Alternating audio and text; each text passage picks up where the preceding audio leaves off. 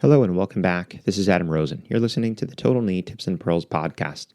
Well, I thought a good follow-up to the previous episode on varus knees would be to talk about valgus knees. And again, this is not a full in-depth discussion of all valgus knees and the things to, do and watch out for, but just more of a brief summary of things that I see and I look for and I watch out for. And this is really good because it came up in the operating room just the other day where we had a bad valgus knee. So a lot of these topics did come up. So when we're talking about valgus, you could talk about it in many different ways. Krackow described, three types of valgus knees: the grade 1, which was a minimal valgus knee; grade 2, deformity greater than 10 degrees, where there was very little soft tissue stretching; where grade 3 is the severe valgus deformity, and those medial soft tissue structures are incompetent. And that's the case where you really need constrained or a hinge available. So when I talk about or teach or look at a valgus knee, now there's a few things that I look for right away. First of all, are they fixed or are they correctable? So right away in my mind, it puts two different perspectives into play, because if they are correctable to neutral, that lets me know that just by filling the space with plastic and the implant due to the lost cartilage, that I should have a very stable flexion gap and extension gap. Whereas if they're fixed in valgus and I can't correct them, that lets me know that that lateral side is going to be tight. And then the question is, what type of releases or removal of osteophytes am I going to have to do to eventually develop this well-balanced knee that has neutral alignment and good stability. The next thing, in addition to determining whether or not it's fixed or correctable, is whether or not that medial side is attenuated. So like Krackow describes, there's that opening that you'll see on the medial side on an x-ray on a standing view. And when it looks excessive, you first of all have to go, okay, that side has been attenuated. It's attenuated a little, has an endpoint. Okay, am I going to have to somehow release the lateral side to bigger than normal, potentially lengthening the patient's leg to balance the medial side? And can I get away with that with a CRPS implant? Or is that medial side attenuated and incompetent?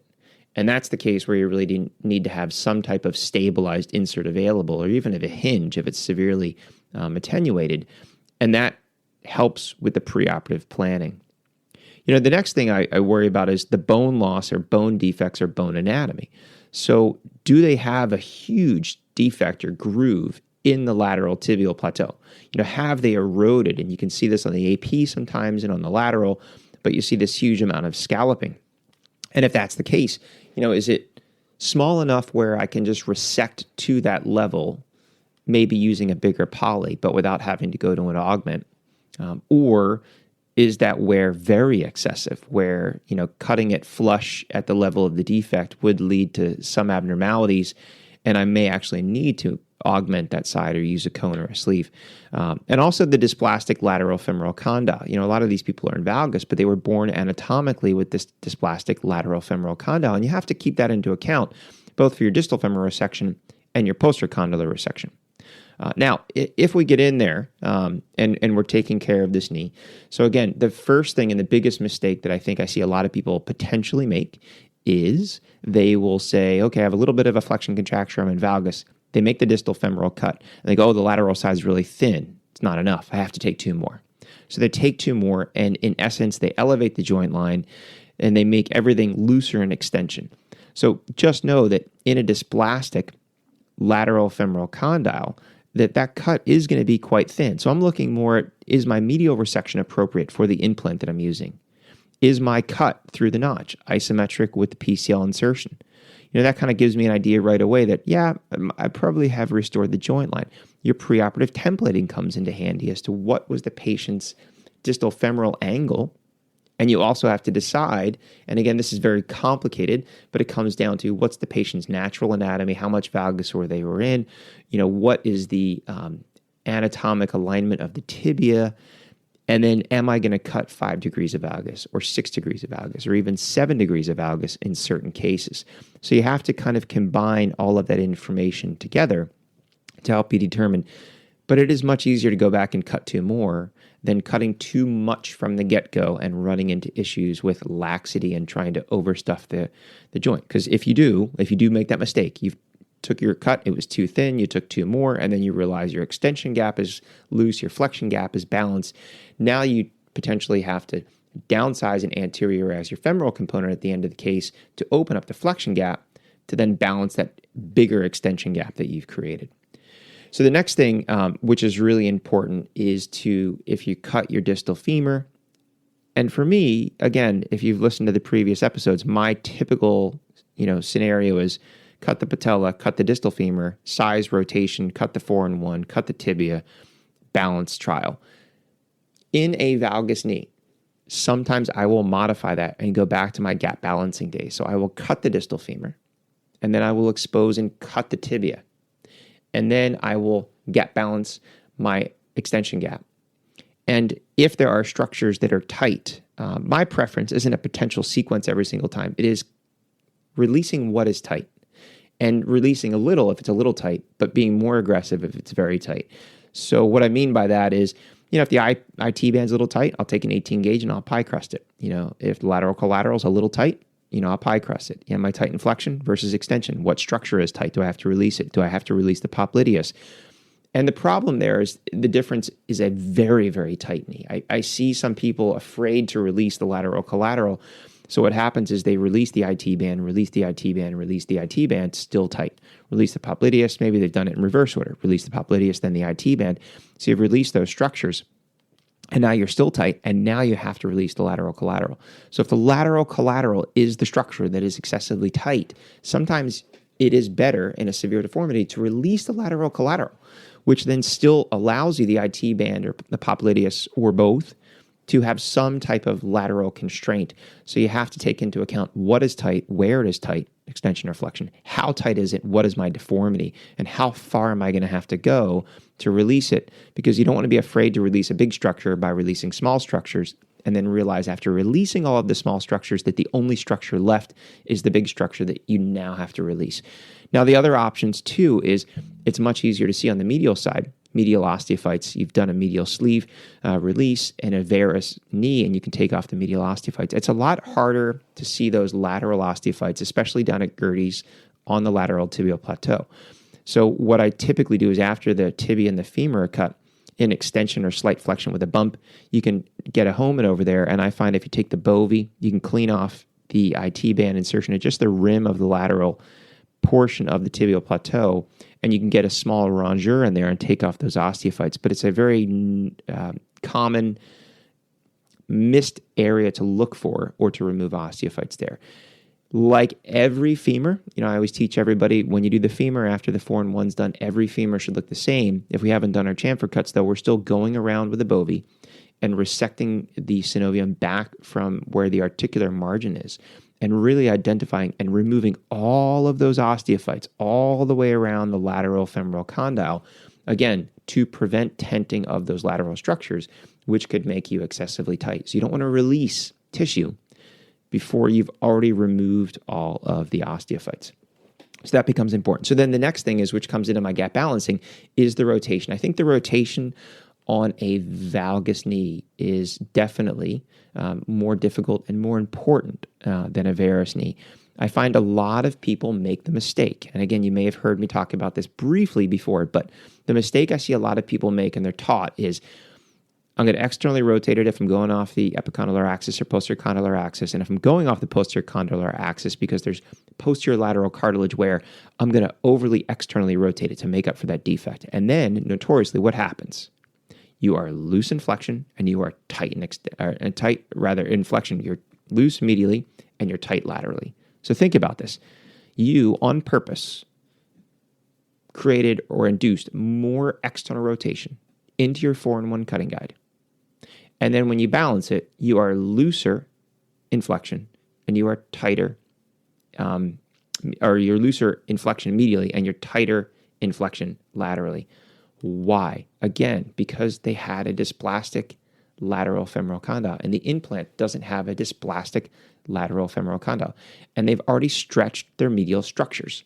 So a lot of times what I'm telling people is we're going to internally rotate the femur. And it doesn't mean that we're going to internally rotate it to the epicondylar axis, but we're going to relatively internally rotate it to where I think a lot of people try to overly externally rotate it.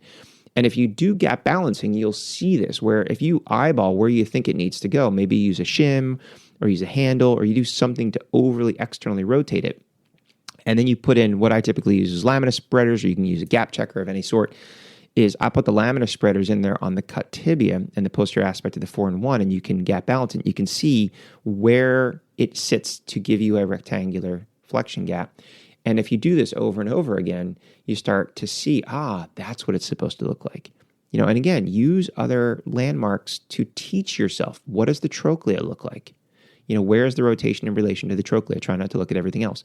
Where is the rotation in relation to the epicondyles? Where is the rotation in regards to the posterior condyle? What does the cut look like on the medial side? What does the cut look like on the lateral side? Does it look similar to a varus knee or different than a varus knee, and why and how so?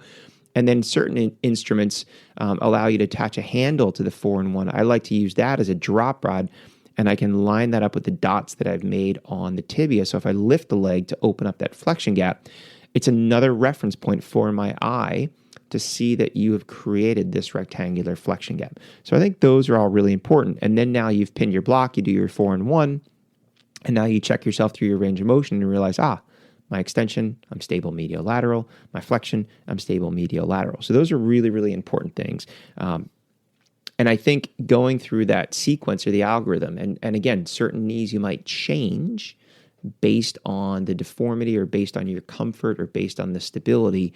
But for me, a mildly valgus knee, straightforward for me in the sense of normal patella, femur, 4-1, tibia, balance. But these bad valgus knees, bad deformities, especially if the medial side's attenuated, I'm doing patella, distal femur, tibia, gap balance.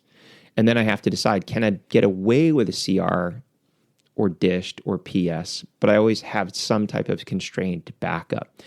Where in the severe deformity, the constraint available, you're most likely going to use it because the medial side's attenuated and incompetent, but also having a hinge as a backup, because if you get in there and you can't get the stability, you have to have some backup plan. Now, the other things to kind of keep in the back of your mind. So lateral parapatellar approach has been discussed and described a lot of times for these bad valgus knees for approach and balancing.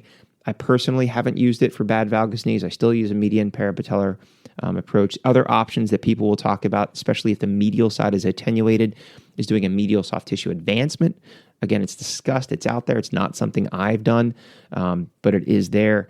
And the other thing, which is important, again, when we talk about patient expectations and informed consent.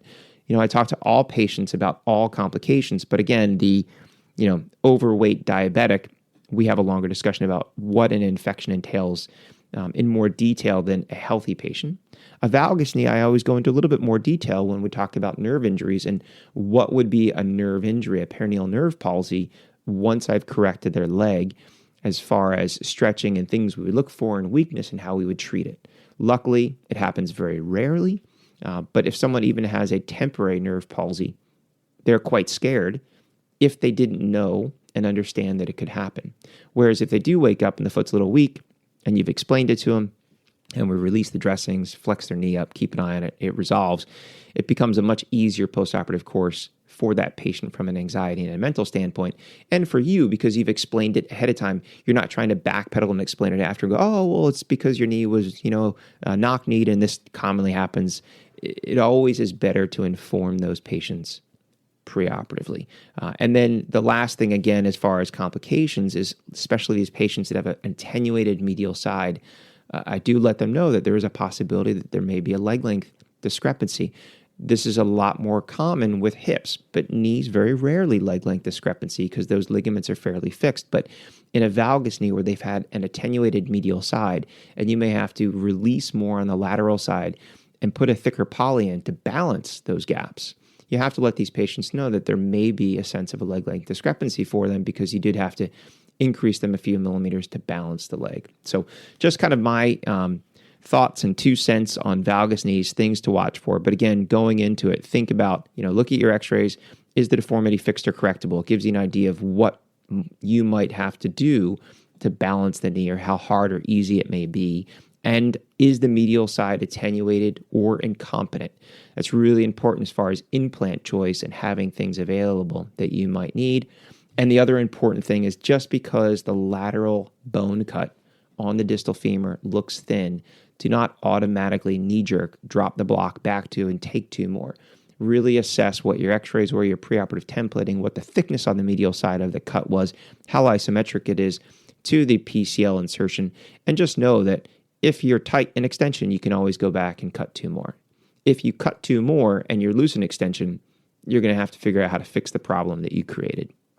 So thanks again for listening. I'm Adam Rosen. You've been listening to Total Knee Tips and Pearls. We've been talking about valgus knees. Until next time, stay safe.